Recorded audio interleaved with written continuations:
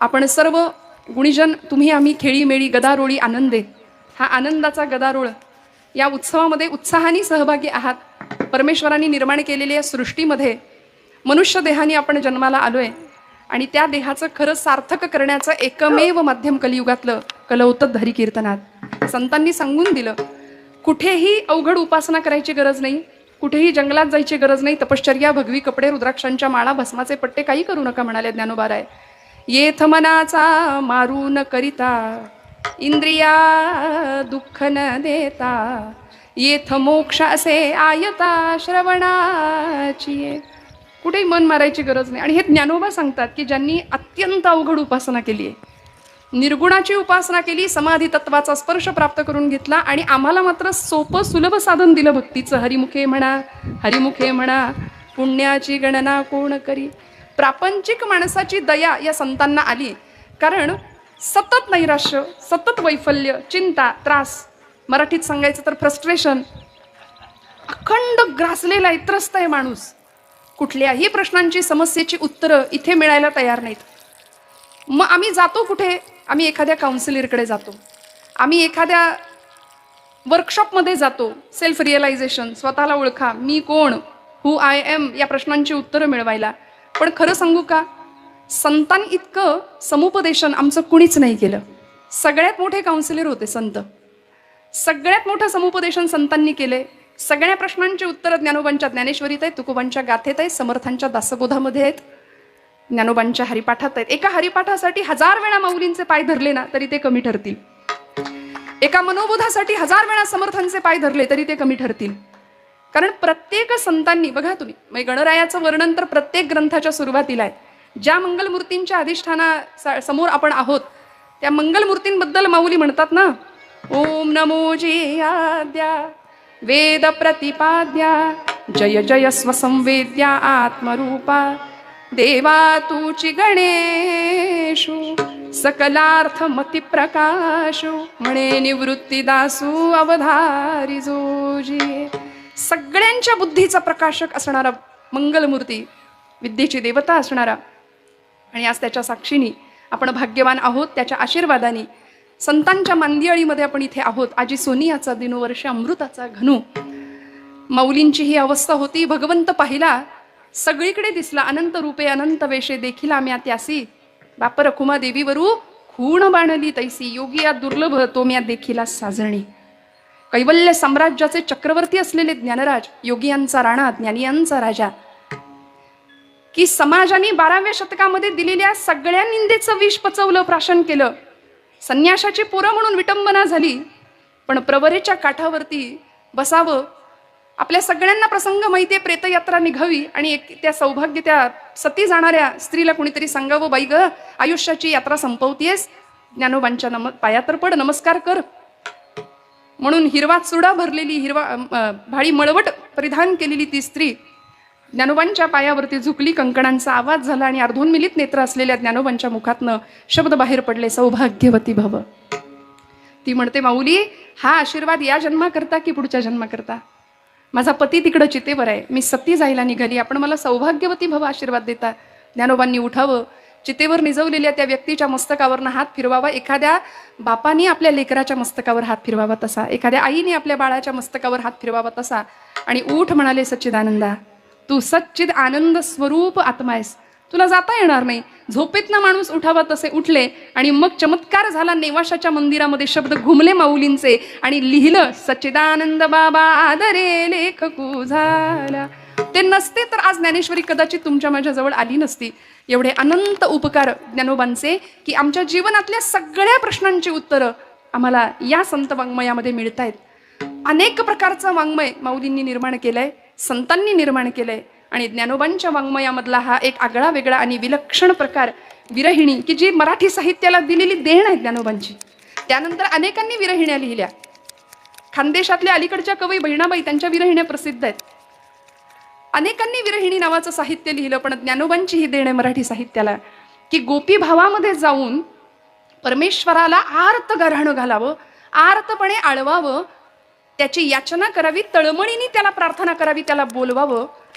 पडिले दूर देशी मज आठवे मानसी, मज आठवे मानसी.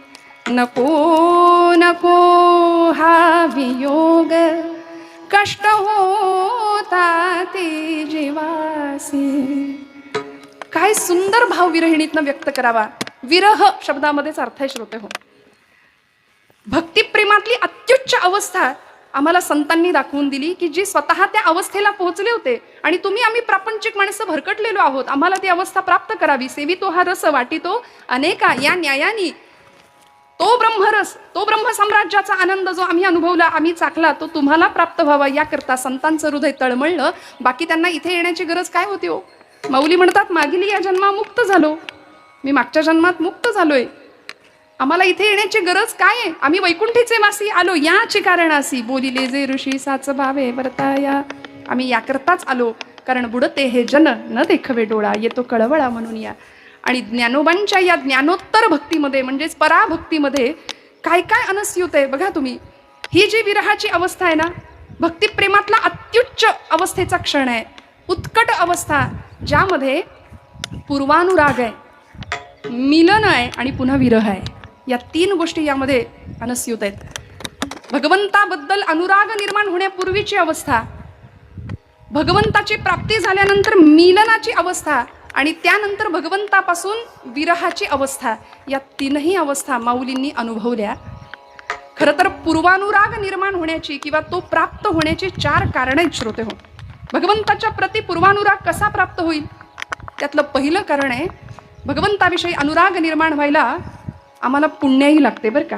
पूर्वपुण्याईशिवाय आम्ही भगवंताच्या विषयी अनुराग उत्पन्न होऊ शकत नाही, प्रेम निर्माणच होऊ शकत नाही. तुका म्हणे सुलभ साधन गोमटे, परी उपतिष्ठे पूर्व पुण्ये.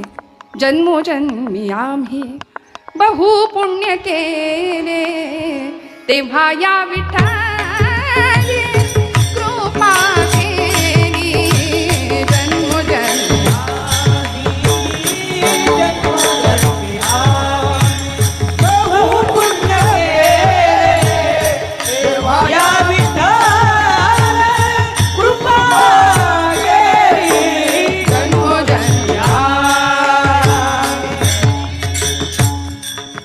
सुकृतांची जोडी, म्हणून विठ्ठली आवडी. सहस्र जन्मा बोळगी जे एक वेळ मुखासी यावं. अनंत जन्मोनी पुण्य होय, पुण्य होय, अनंत जन्मोनी पुण्य होय,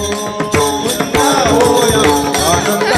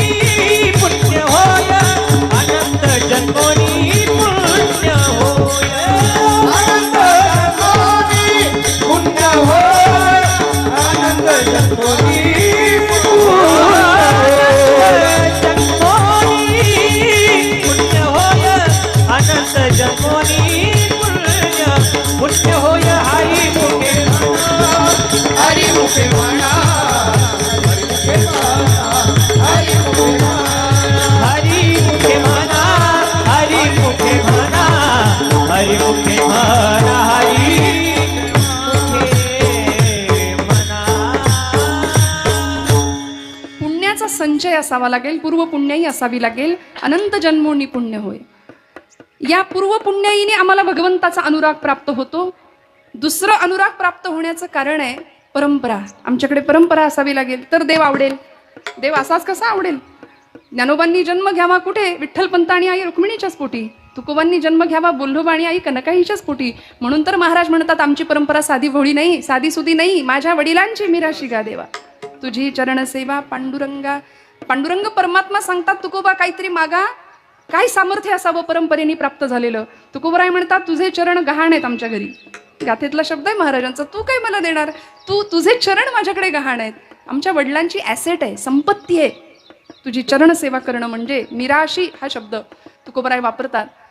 ही पूर्व पुण्याई परंपरा, या परंपरेने प्राप्त होणारा अनुराग. तिसरं कारण आहे सत्संगती. संगतीने पूर्वानुराग प्राप्त होतो. जी संगती आपल्याला भागवतामध्ये माहिती आहे, देवर्षी नारदांना प्राप्त झाली. साधूंची संगत झाली. एका सामान्य जीवाचा भक्तीचे आचार्य इथपर्यंतचा प्रभास झाला देवर्षी नारद, आद्य कीर्तनकार. त्यामुळे सत्संगतीनेच आम्हाला भगवंताचा अनुराग प्राप्त होऊ शकतो.